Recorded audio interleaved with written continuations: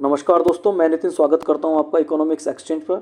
आज हम एक ऐसे टॉपिक के बारे में बात करेंगे जो इकोनॉमिक्स का फाउंडेशन है, जीडीपी, ग्रॉस डोमेस्टिक प्रोडक्ट, और इसी के साथ हम एनएनपी, नेट नेशनल प्रोडक्ट, और पीपीपी, परचेजिंग पावर पैरिटी के बारे में भी बात करेंगे।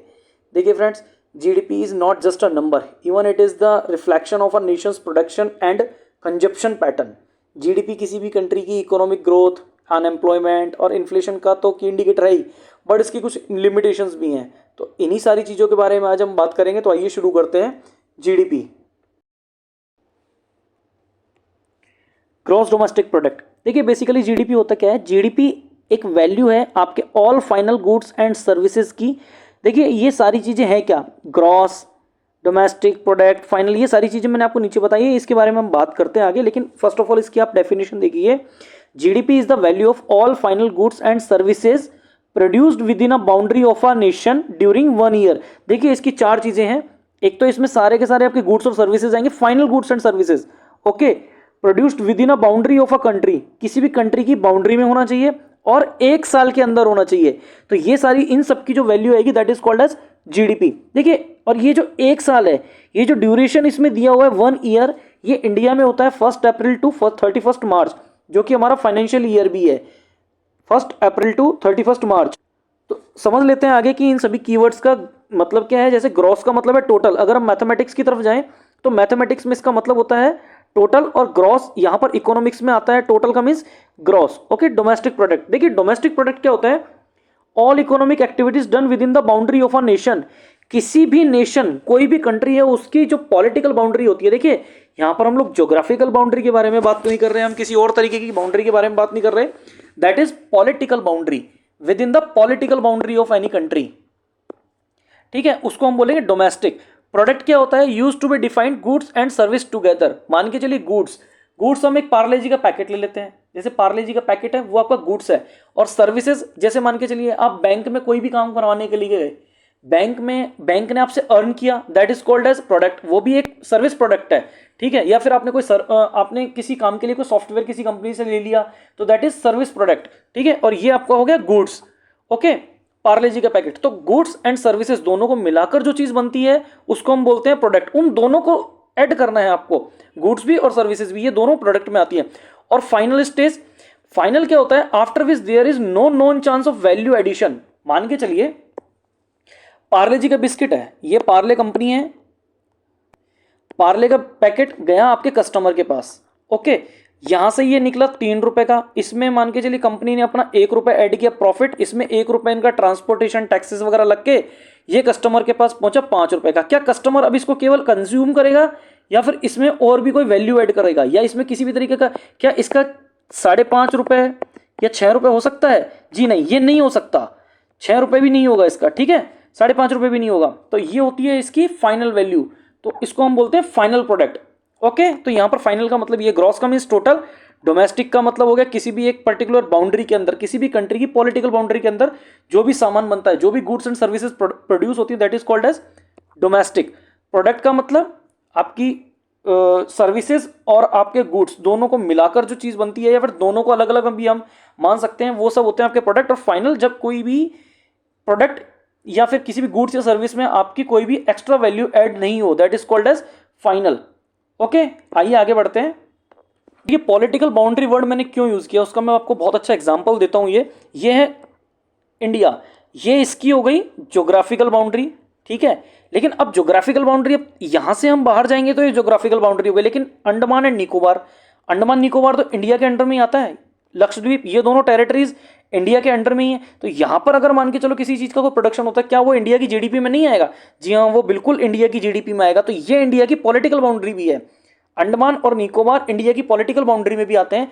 That's why I use the word political boundary. Okay friends, अब जीडीपी का हम कॉन्सेप्ट समझते हैं बहुत अच्छे से।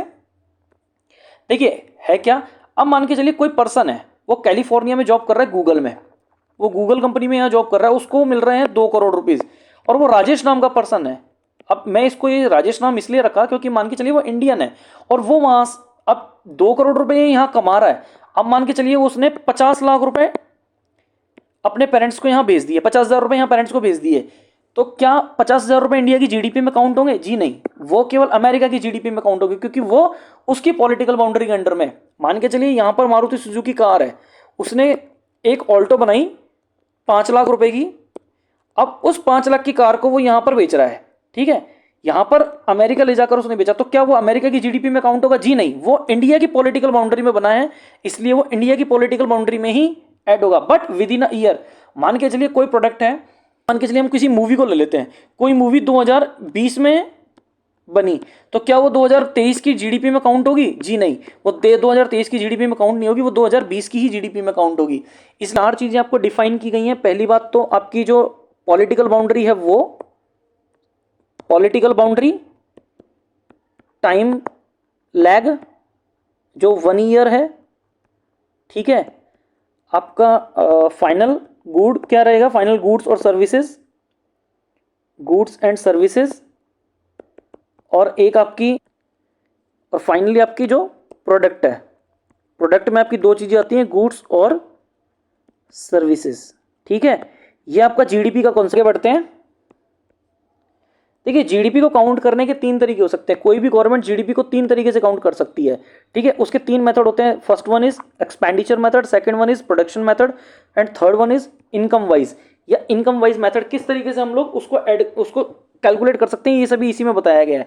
तो आइए आगे बढ़ते हैं, एक एक मेथड को हम अच्छे से समझते हैं कि इन सभी का मतलब क्या है। एक्सपेंडिचर मेथड से हम किस तरीके से, प्रोडक्शन मेथड से किस तरीके से, और इनकम मेथड से किस तरीके से जीडीपी काउंट करते हैं। तो आइए आगे बढ़ते हैं। देखिए, ये फर्स्ट है आपका एक्सपेंडिचर मेथड। देखिए, एक्सपेंडिचर मेथड को किस तरीके से यूज करते हैं। एक्सपेंडिचर मेथड में आपका आता है प्राइवेट कंजप्शंस। मान के चलिए कोई भी पर्सन है, अपने पर्सनल कंजप्शंस के ऊपर, पर्सनल नीड जो होती है, उसकी डेली नीड जो होती है, उसको फुलफिल करने के लिए जो भी वो खर्चा करता है, that is called as private consumption. Private investment, वो कोई भी किसी भी चीज़ में घर खरीदेगा, या फिर उसने कोई भी किसी भी जगह इन्वेस्टमेंट किया, या उसने अपने किसी भी एमएसएमई उसकी फर्म है उसमें इन्वेस्टमेंट किया, या फिर उसकी कोई कंपनी उसमें इन्वेस्टमेंट किया, that is called as private investment. Government consumptions, government consumption, government spending, हम इसको दोनों बोल सकते हैं। गवर्नमेंट स्पेंडिंग, गवर्नमेंट की स्पेंडिंग क्या होती है, जैसे मान के चलिए गवर्नमेंट कंट्री की जीडीपी को बढ़ाने के लिए, या फिर कंट्री के जो कैपिटल एक्सपेंडिचर करती है, या फिर अपने एम्प्लॉइज को जो सैलरी देती है, उनके अलाउंसेस देती है, वो गवर्नमेंट कंजप्शन में आपके आ जाएंगे। Net export end of goods and services. ठीक है, नेट एक्सपोर्ट क्या होता है, यहां पर इसका मतलब दिया गया है, net export of goods and services is export minus import. मान के चलिए आपके यहाँ पे चाय है, टी, आपने 100 रुपए का एक्सपोर्ट कर दिया, और आपने बाहर से मान के चलिए कोई मोबाइल मंगाए, और आपने 200 रुपए के मोबाइल मंगा लिए, तो आपकी जीडीपी जो रहेगी वो -100 रुपीज़ हो जाएगी इस कंडीशन में। अब मान के चलिए आपने 200 रुपए की चाय मंगा ली, और 100 रुपए की आपने इंपोर्ट मोबाइल मंगा लिए, तो आपकी जो जीडीपी रहेगी वो +100 रुपीज़ रहेगी। इसलिए हमारी जो मोदी सरकार है वो इस चीज़ पर जोर दे रही है कि हम लोग मेक इन इंडिया प्रोडक्ट बनाएं और उसको बाहर के कंट्रीज में एक्सपोर्ट करें, और इंपोर्ट, हमारा जो इंपोर्ट जो डिपेंडेंसी है वो जितनी कम हो सके उतना बेटर है हमारी जीडीपी को बढ़ाने के लिए। तो इसके लिए एक फॉर्मूला बनाते हैं हम लोग जीडीपी का, C+I+G+X-M।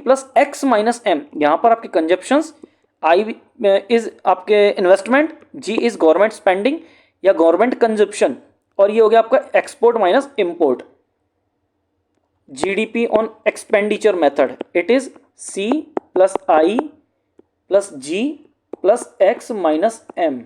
Okay, that is consumption, investment, government spending, और ये आपका एक्सपोर्ट, और ये हो गया आपका इंपोर्ट। देखिए, इन सभी के बारे में इसमें बताया भी है। कंजप्शंस क्या है, ये आपके personal expenditure pertaining food, house holds, medical expenses या रेंट, इन सभी को जो भी खर्चा होता है इन सभी के ऊपर, that is called as consumption. Gross investment, जैसे मान के चलिए किसी ने अपनी फैक्ट्री के इक्विपमेंट के लिए कोई खर्चा किया, आपको ऑलरेडी बता चुका हूँ, वापस से बता रहा हूँ, आप समझ लीजिए इसको। Purchasing of software, expenditure of new house, buying goods and services. But investment, ये बात एक बहुत अच्छी, आप समझ लीजिए इस चीज को, ये investment on financial product is not include as it is fall under saving. देखिए, इन्वेस्टमेंट ऑन फाइनेंशियल प्रोडक्ट, आपने मान के चलिए किसी साल 20,000 रुपए की आपने कोई भी LIC परचेज कर ली है, LIC पॉलिसी आपने ली, और आप कह रहे हैं कि मैंने ये इन्वेस्टमेंट किया है। जी नहीं, ये इन्वेस्टमेंट नहीं है, ये आपकी सेविंग है। इन्वेस्टमेंट बेसिकली होता क्या है कि जब आप किसी चीज़ पर इन्वेस्ट करते हैं और वो आपको उसके अगेंस्ट में कुछ अर्निंग करके दे, तो that is called as investment. जैसे आपने घर है, घर अगर आप अपना बना लेते तो वो आपका रेंट बचा रहा है, आपका जो कहीं और रहने का जो रेंट है, आप कहीं पे करना पड़ता है आपको रेंट, वो आपका रेंट बचा रहा है। तो इसलिए हम इसको बोलते हैं कि ये आपका इन्वेस्टमेंट है। और आगे बढ़कर आपकी जो आगे जाकर आप अगर इस घर में किसी टेनेंट को भी देते हैं तो आपकी वो एक तरीके से अर्निंग ही बना कर देगा आपको। LIC जो है वो आपकी सेविंग है, फ्यूचर सेविंग। इसलिए आप कोई भी फाइनेंशियल प्रोडक्ट खरीदते हैं तो वो आपके इन्वेस्टमेंट में ऐड नहीं होगा। फाइनेंशियल प्रोडक्ट पर आपकी जो स्पेंडिंग रहेगी वो। गवर्नमेंट स्पेंडिंग, देखिए गवर्नमेंट एक्सपेंडिचर क्या होता है, सैलरी अपने पब्लिक सर्वेंट की, purchase of weapon for military and investment expenditure of by a government. कोई भी एक्सपेंडिचर गवर्नमेंट करती है अपने कंट्रीज की जो नीड्स है उनको फुलफिल करने के लिए, या फिर जो भी लोग रहते हैं कंट्री में उनकी नीड्स को फुलफिल करने के लिए, वो बोला जाता है। जैसे हमारी कंट्री पेट्रोल खरीदते हैं हम लोग, मोदी हमारी जो गवर्नमेंट्स रहती हैं वो पेट्रोल खरीदती हैं, तो वो हमारी जो नीड है उसको फुलफिल करने के लिए गवर्नमेंट स्पेंडिंग की जा रही है। उसमें कुछ सब्सिडाइज पैसा भी होता है, कुछ और किसी चीज़ पर गवर्नमेंट सब्सिडी भी देती है, तो वो गवर्नमेंट की स्पेंडिंग हो गई। Okay. And transfer payments such as social security, widow जो पेंशन होती है वो एक तरह से सोशल सिक्योरिटी, तो उस पर भी गवर्नमेंट पैसा खर्च करती है। तो these are comes under government spending. Export, कोई भी सामान हमारे कंट्री से बाहर गया वो आपका एक्सपोर्ट होगा। हमारी पॉलिटिकल बाउंड्री से बाहर जाना चाहिए, इसमें स्पेसिफिक वर्ड है आपकी इकोनॉमिक्स में, पॉलिटिकल बाउंड्री, वो होगा एक्सपोर्ट। और आपकी पॉलिटिकल बाउंड्री के अंदर आ गया, that is called as import from the other country. ठीक है, आइए आगे बढ़ते हैं। इनकम अप्रोच, देखिए बेसिकली जो आपका एक्सपेंडिचर मेथड और जो इनकम अप्रोच है वो एक दूसरे के इनवर्सली प्रोपोर्शनल है। इनकम और आपका जो एक्सपेंडिचर अप्रोच रहेगी वो आपकी रहेगी इनवर्सली प्रोपोर्शनल। वो मैं आपको आगे बताता हूँ किस तरीके से रहेगा, आपको खुद को भी समझ में आ जाएगा। हम कंपैरिजन करेंगे तो आपको समझ में आ जाएंगी चीज़ें। देखिए जैसे फर्स्ट है इसका compensation of employees, property income और production taxes and depreciation on capital. इनके एक एक करके इनके बारे में पढ़ते हैं। तो आइए आगे बढ़ते हैं। देखिए कंपेंसेशन ऑफ एम्प्लॉइज क्या होता है, represent wages, salaries and other employ supplements. मान के चलिए चाहे वो अपने ट्रेनिंग पर खर्चा करते हो अपने एम्प्लॉइज़ के, या फिर उनको कोई भी पेट्रोल अलाउंसेस दिए जाते हैं, उनको हाउस रेंट अलाउंसेस दिए जाते हैं, तो ये जो सभी अलाउंसेस आते हैं ये अपने एम्प्लॉइज़ को कंपेंसेशन दी जाता है गवर्नमेंट के द्वारा। ठीक है, तो ये भी आपके इनकम होगी एक तरह से। ये अब आपकी गवर्नमेंट की इनकम ना होकर आपके जो एम्प्लॉइज़ हैं, गवर्नमेंट के जो एम्प्लॉइज़ हैं उनकी इनकम है, या फिर किसी भी प्राइवेट फर्म के एम्प्लॉइज़ होते हैं उनकी इनकम होती है। तो इसको कंपेंसेशन ऑफ एम्प्लॉइज़, इसको इनकम मेथड में रखा गया है। Property income, corporate profit means होता है, मान के चलिए कोई पर्सन है जैसे टाटा है, ठीक है, टाटा एक कॉर्पोरेट हाउस है, कॉर्पोरेट कंपनी है, ठीक है, उसकी जो प्रॉफिट होगा वो उसकी इनकम में आ जाएगा, कॉर्पोरेट प्रॉफिट्स। ठीक है, प्रोप्राइटर्स इनकम, मान के चलिए कोई पर्सन है उसकी एक MSME फर्म है, कोई कंपनी है उसकी छोटी, तो उसमें वो मालिक है, तो उसकी जो इनकम होगी वहाँ से जो वो पैसा कमाएगा that is called as proprietors income. Interest, bank में पैसा रखा है उस पर जो इंटरेस्ट आ रहा है, घर लिया है उससे जो अर्निंग आ रही है, उससे जो टेनेंट से जो रेंट आ रहा है वो भी आपकी इनकम में आएगा। तो ये होती है आपकी प्रॉपर्टी इनकम। अब देखिए आगे है आपका production taxes and depreciation on capital. देखिए इसको बहुत ध्यान से पढ़िए आप, इसको मैं बताता हूँ आपको ये है क्या। Production on taxes and depreciation capital, ये एक वर्ड आया बहुत अच्छा, GDP एट मार्केट प्राइस। देखिए दो तरीके की चीजें होती है, GDP eight market price and GDP eight factor cost. देखिए मैं आपको समझाता हूँ ये मेथड क्या होता है, ये दोनों हैं क्या। जैसे मान के चलिए अभी हम पढ़ते हैं GDP एट मार्केट प्राइस। ये इंडियन है, इंडियन कंपनी है, ये बोलती है कि हमारा जो सिलेंडर रहेगा उसकी जो लागत होती है वो होती है 700 रुपये। ये हुई आपकी लागत, इन्वेस्टमेंट जो है कंपनी का वो है 700 रुपये। इसमें वो 100 रुपये अपना प्रॉफिट अर्न करेंगे, इसमें वो 100 रुपये जो उसका ट्रांसपोर्टेशन वगैरह का जो खर्चा रहेगा कस्टमर तक पहुंचाने के लिए वो रहेगा 100 रुपीज़। और अब मान के चलो गवर्नमेंट कहती है कि आप जाओगे तो भैया रोड के थ्रू, तो आपको रोड टैक्स देना पड़ेगा या टोल देना पड़ेगा, वो भी हम 100 रुपये मान के चलेंगे। ठीक है, अब ये प्राइस जो हुई ये पहुंची कस्टमर के पास 1000 रुपये, 1000 रुपये ये कस्टमर को पड़ रही है। तो ये हुई। अब गवर्नमेंट क्या बोलती है, अभी गवर्नमेंट बोलती है कि भाई आपने जो ये सिलेंडर दिया पब्लिक को, ये सिलेंडर तो बढ़िया है भाई, इससे हमारा एनवायरनमेंट भी सेफ हो रहा है और इसमें जो फूड प्रोसेसिंग है वो भी बहुत जल्दी हो पा रही है, तो हम इसको बढ़ावा देने के लिए आपको 200 रुपये की सब्सिडी देते हैं। तो अब जब 200 रुपये की सब्सिडी दी जाएगी तो ये सिलेंडर पहुंचेगा पब्लिक के पास 800 रुपये का। तो ये 200 रुपये क्या हुआ, ये देखिए ये जो 100 रुपये 100 रुपये 100 रुपये, ये जो 300 रुपीज़ इसमें ऐड हुए, इसमें जो ये 300 रुपीज़ की वैल्यू ऐड हुई, ये होते हैं आपके इनडायरेक्ट टैक्सेस, इसको हम बोलते हैं इनडायरेक्ट टैक्सेस। ओके, और ये जो 200 रुपये हैं इसको हम बोलेंगे सब्सिडी, इसको हम बोलेंगे सब्सिडी। मीन्स पब्लिक को ये सिलेंडर जो है सब्सिडाइज रेट पर 800 रुपीज़ का पड़ रहा है। ठीक है, तो फ्रेंड्स ये जो आपकी प्राइस है ये है मार्केट प्राइस, और ये जो है आपकी ये है फैक्टर कॉस्ट। तो इसका एक सीधा सा फॉर्मूला मैं आपको बताता हूं। देखिए इसका मैं फॉर्मूला आपको बताता हूं, होता क्या है, मार्केट प्राइस क्या होगा आपका, factor cost plus taxes minus subsidy. देखिए ये फॉर्मूला कैसे बना ये भी मैं आपको बता देता हूँ। अभी मान के चलिए सिलेंडर का हमारे पास जो रेट पड़ रहा था वो था 800 रुपये, फैक्टर कॉस्ट था इसका 700 रुपये, टैक्स इसमें लग रहे थे 300 रुपये, और माइनस इसमें 200 रुपये हो रही थी आपकी सब्सिडी। तो देखिए ये हो गया 1000 और ये हो गया आपके 200, तो ये मार्केट प्राइस पर पहुंच गया। अगर हम फैक्टर कॉस्ट इसका निकालें तो फैक्टर कॉस्ट का जो होगा फॉर्मूला वो होगा market price minus tax plus subsidy. इसी तरीके से इसका फॉर्मूला निकाला जाता है। GDP at market price measures the value of output at market price after adjusting the effect of indirect taxes and subsidies on the price. Market price पर जब आपकी इंटरेस्ट और सब्सिडी दोनों चीजें लग जाएंगी तब आपका आएगा मार्केट प्राइस। और market price is the economic price for which a goods and services in offered in the market place. Market में अगर कोई चीज पहुंची तो वो मार्केट प्राइस पर होगी। और फैक्टर कॉस्ट क्या होगा आपका, एक तरीके से प्रोडक्शन हाउसेस को, प्रोडक्शन में जो आपका पैसा लग रहा है, लागत जो है आपकी, इन्वेस्टमेंट जो है वो आपका रहेगा factor cost. And factor cost measure the value of output in terms of the price of a factors used in its production. देखिए आपके फैक्टर, प्रोडक्शन फैक्टर क्या होते हैं, कहाँ से वो चीज़ें बनती हैं, किस तरीके से आपकी लागत होती है या फिर आपका जो इन्वेस्टमेंट होता है उसमें प्रॉफिट कैसे ऐड होता है, इसको मैं एक आपको चार्ट से समझाता हूँ। वैसे इसमें बताया भी हुआ है कि देखिए आपके 4 फैक्टर्स होते हैं, लैंड, लेबर, कैपिटल और एंटरप्रेन्योर।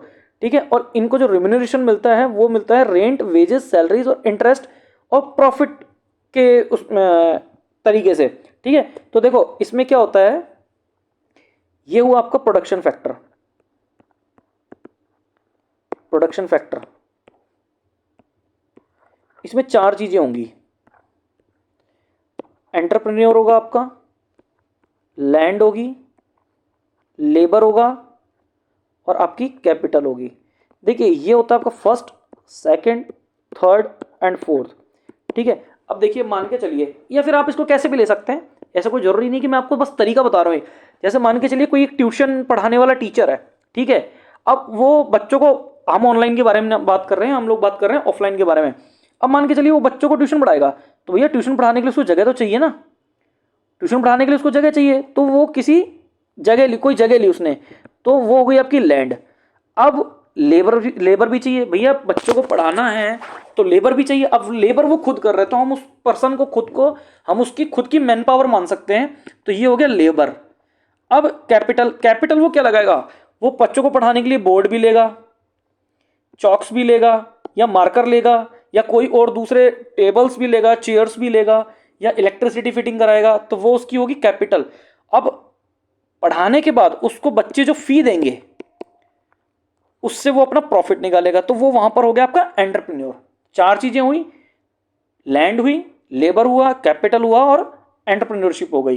ठीक है, इस तरीके से ये आपके प्रोडक्शन फैक्टर होते हैं। और उसमें जो पैसा मिलता है वो आपका रेंट की तरह आएगा। घर आपने किसी को किराए पर दिया है तो उससे रेंट आ जाएगा, दुकान किराए पर दिया तो रेंट आ जाएगा। वेजेस मिलेंगे, आपने किसी के यहाँ काम किया है तो उसका लेबर का वेजेस हो जाएगा, सैलरीज हो जाएंगी। कहीं आपने पैसा जमा कराया है, किसी को पैसा दिया है उसका काम चलाने के लिए, कैपिटल के लिए आपने पैसा दिया है, जैसे बैंक देते हैं लोन्स, इंटरेस्ट हो जाएगा। और बाद में उसको कैलकुलेट करके जो आपके पास फंड आएगा उससे जो काम करके आपके लास्ट में जो प्रॉफिट आएगा वो होगा आपका एंटरप्रेन्योरशिप के थ्रू, that is called as profit. आगे बढ़ते हैं, GDP at factor cost and GDP at market price. देखिए जीडीपी एट फैक्टर कॉस्ट में यही है, मैं आपको बता चुका हूं, market price minus indirect taxes minus subsidies,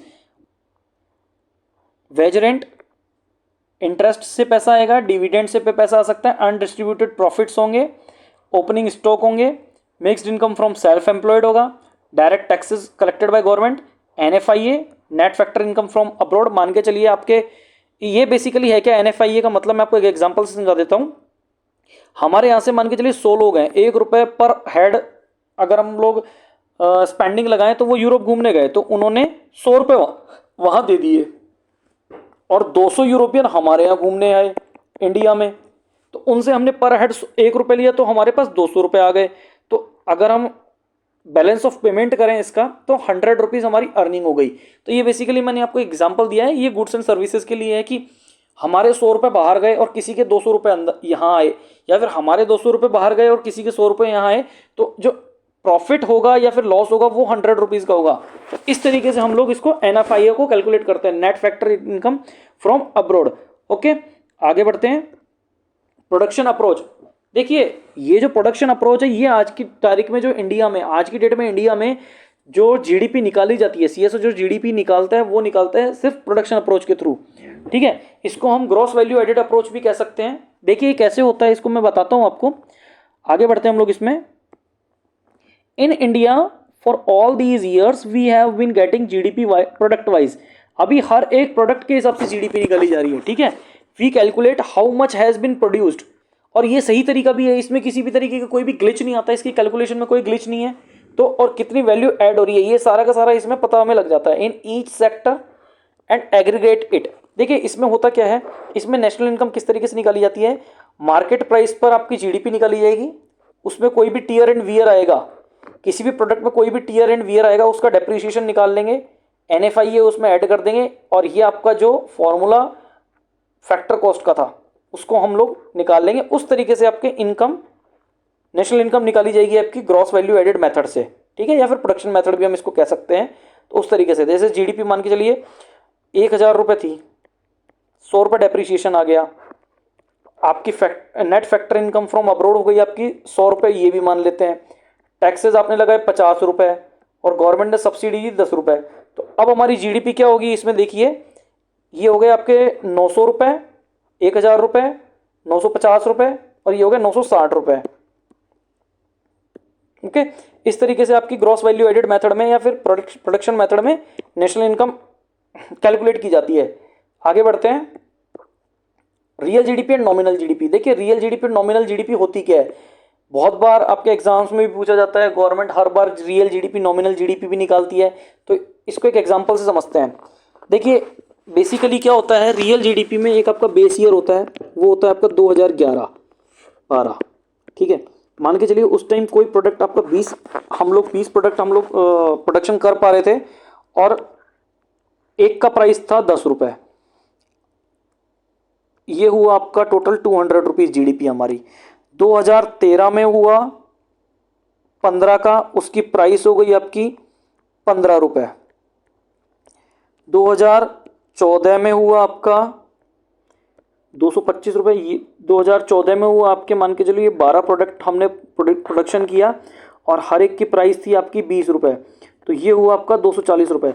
अगर देखा जाए तो ऐसे अगर हम देखें तो ये जीडीपी आपकी बढ़ रही है, 200 से 225 हुए, 240 से हुए, लेकिन ये है आपकी नॉमिनल जीडीपी, ये करंट ईयर के हिसाब से है।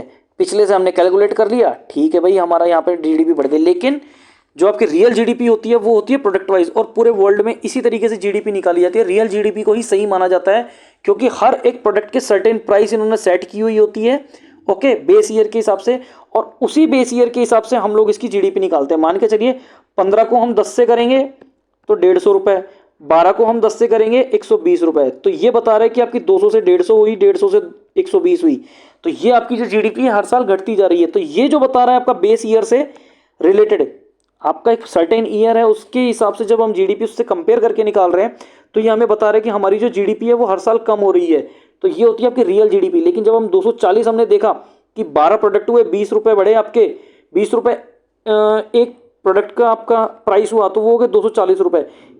तो बेसिकली क्या होता है, इसका एक मतलब यही है कि रियल जीडीपी में आपके जो दूसरे फैक्टर्स होते हैं जैसे इन्फ्लेशन वगैरह, उनका इन्फ्लुएंस खत्म कर दिया जाता है। ठीक है, तो वो होती है आपकी रियल जीडीपी, और इसको हम बोल सकते हैं जीडीपी एट कांस्टेंट प्राइस। ठीक है, क्योंकि कांस्टेंट प्राइस है, कांस्टेंट ईयर है, ठीक है। इसमें एक बेस ईयर होता है, okay. Is simply the value of today's output at yesterday's price. Real GDP is calculated by tracking the volume और quantity of production after removing the influence of changing price. किसी भी तरह की price change या inflation होता है उसको यहाँ से उसको खत्म कर दिया जाता है, और ये रियल ग्रोथ आपकी शो करता है। जबकि नॉमिनल जीडीपी में क्या होता है, ये करंट प्राइस पे होता है, total money of value of final goods and services produced in a given year. इस चीज को ये रिप्रेजेंट करता है, ओके। आगे बढ़ते हैं। नेट डोमेस्टिक प्रोडक्ट, पर्सन है कोई, मान के चलिए एक फार्मर है, ये गया टैफे कंपनी के पास, इसने एक ट्रैक्टर लिया, एक ट्रैक्टर परचेज किया टैफे का। अब ऑब्वियस है कि जब ये टैफे ने जब ये ट्रैक्टर प्रोड्यूस किया, जब इसका मैन्युफैक्चरिंग की इसने, तो ये इंडिया की जीडीपी में काउंट हो चुका है ऑलरेडी, ये जीडीपी में आ चुका है आपका। लेकिन अब जब ये ट्रैक्टर लेके आया किसान घर और इसने अपने खेत जोतने चालू किए, जब इसने प्लफिंग चालू की, तो हो सकता है कि उसके टायर घिसे हों, उसके कहीं ना कहीं उसके टीयर वियर कुछ ना कुछ आया हो। तो ये जो टीयर होता है या वियर आते हैं, टीयरिंग वियरिंग की जो इश्यूज क्रिएट होते हैं, इसको हम बोलते हैं डेप्रिसिएशन। देखिए बेसिकली डेप्रिसिएशन क्या होता है, आप कोई भी बाइक लेके आए, ठीक है, आपने होंडा कंपनी की एक बाइक खरीदी 1 लाख रुपए की, ठीक है। अब आप ये आपने खरीदा 2023 में, अब 2024 में जब आप इसको बेचने जाएंगे तो क्या ये 1 लाख रुपए की बिकेगी या उससे ज़्यादा की? जी नहीं, ये 1 लाख रुपए की नहीं, आप मैक्सिमम इसका 90,000 रुपए ले सकते हैं, ठीक है। तो ये 90,000 क्यों हुआ? इसके ऊपर ये डेप्रिसिएशन आ गया। ये डेप्रिसिएशन आने की वजह से ये 90,000 रुपए हुई। तो एनडीपी बेसिकली क्या है, जब जीडीपी में किसी भी तरीके का कोई भी डेप्रिसिएशन आ जाता है तो हम लोग नेट डोमेस्टिक प्रोडक्ट उसको बोला जाता है। देखिए मान के चलिए एक एग्जांपल मैं बताता हूं आपको, कोई भी गवर्नमेंट एम्प्लॉई है, किसी भी गवर्नमेंट एम्प्लॉई को जो सैलरी मिलती है वो किस तरीके से मिलती है, basic plus HRA plus special allowances plus आपका एनपीएस, तो ये सब मिला के उसकी सैलरी हुई 10,000, ऐसा हम मान के चलते हैं। अब क्या होगा, इसमें उसका एनपीएस भी घटेगा। देखिए कुछ एनपीएस यहाँ मिलता है, कुछ एनपीएस यहाँ घटता है। तो एनपीएस मान के चलिए 2,000 कट गया, उसके कुछ लोन्स हैं वो 1,000 रुपये कट गए, उसका और भी कोई डिडक्शन है, ठीक है, इनकम टैक्स है वो कट गया 1,000 रुपये, तो उसको जो इन हैंड सैलरी हुई वो हुई इसके 6,000, और ये जो 4,000 रुपये हैं ये इसका क्या है, डिडक्शन। तो इसको हम बोलेंगे ग्रॉस सैलरी, मतलब सारे आपके जो फैक्टर्स हैं उनको ऐड करके जो पैसा आपका है वो है ग्रॉस, और ये आपके डिडक्शन, और इसको माइनस करने के बाद जो पैसा बचेगा वो है 6,000 रुपये। तो ये हो गई आपकी नेट सैलरी। तो ग्रॉस और नेट दोनों में यही डिफरेंस है, और यही डिफरेंस यहाँ आता है ग्रॉस डोमेस्टिक प्रोडक्ट और नेट डोमेस्टिक प्रोडक्ट में। जब इसमें से कुछ हम डिडक्ट कर देते हैं तो वो है आपके डेप्रिसिएशन, ठीक है। Net domestic product and it is the GDP calculated after the adjusting the weight of volume of depreciation. यहां पर आपका जो डेप्रिसिएशन है उसको आपने एडजस्ट कर दिया है। GDP the total value of the wear and tear and happen in asset, किसी भी एसेट में टीयर वियर हो तो उसको भी हम ऐड कर लेते हैं तो वो आपकी जीडीपी में ऐड हो जाता है, ओके। आगे बढ़ते हैं। परचेजिंग पावर पैरिटी, देखिए बेसिकली परचेजिंग पावर पैरिटी जो है वो है आपका लिविंग स्टैंडर्ड शो करता है। बहुत सारी डिफरेंट कंट्रीज में आपका जब सेम रेट पर हम लोग वन प्राइस पर हम उसका लिविंग स्टैंडर्ड चेक करते हैं तो ये बेसिकली हमें उस तरह की बताता है कि उस कंट्री में और हमारी कंट्री में जो लोगों का जो लिविंग स्टैंडर्ड है उसमें कितना डिफरेंस है, ठीक है। इसका एक एग्जांपल ले लेते हैं हम लोग। मान के चलिए इंडिया में शुगर है 40 रुपए किलो, इंडिया में शुगर का प्राइस है 40 रुपए किलो, और अमेरिका में है वो $2। देख बेसिकली है क्या, अगर हम एक्सचेंज रेट की बात करें, एक्सचेंज रेट की बात करें हम, तो हमारा जो $1 है वो लगभग 80 रुपए का है, तो वो पड़ेगा 160 रुपए का।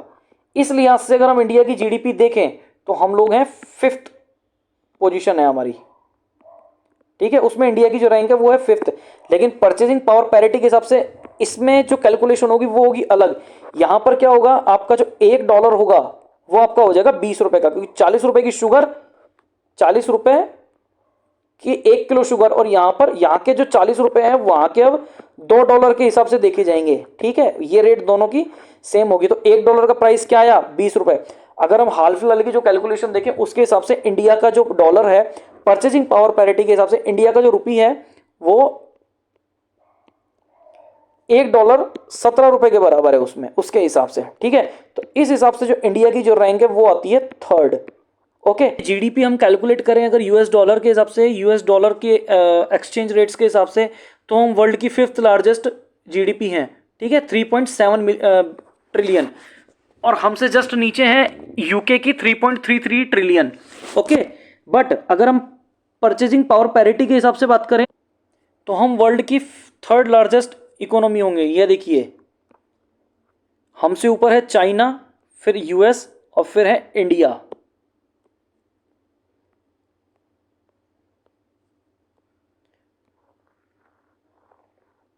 यहां हम चाइना, यूएस और इंडिया 3rd नंबर पे, हमसे नीचे जापान। तो पीपीपी जो है आपका वन मार्केट वन प्राइस की जम्पशंस जो होते हैं, कंसेप्ट जो होता है उस पर काम करता है। और ये जो होता है comparable basket of goods and services होता है, जिसको हम लोग एक कंट्री से दूसरे कंट्रीज की लिविंग स्टैंडर्ड्स के आपस में कंपैरिजन करके कैलकुलेट करते हैं। ओके।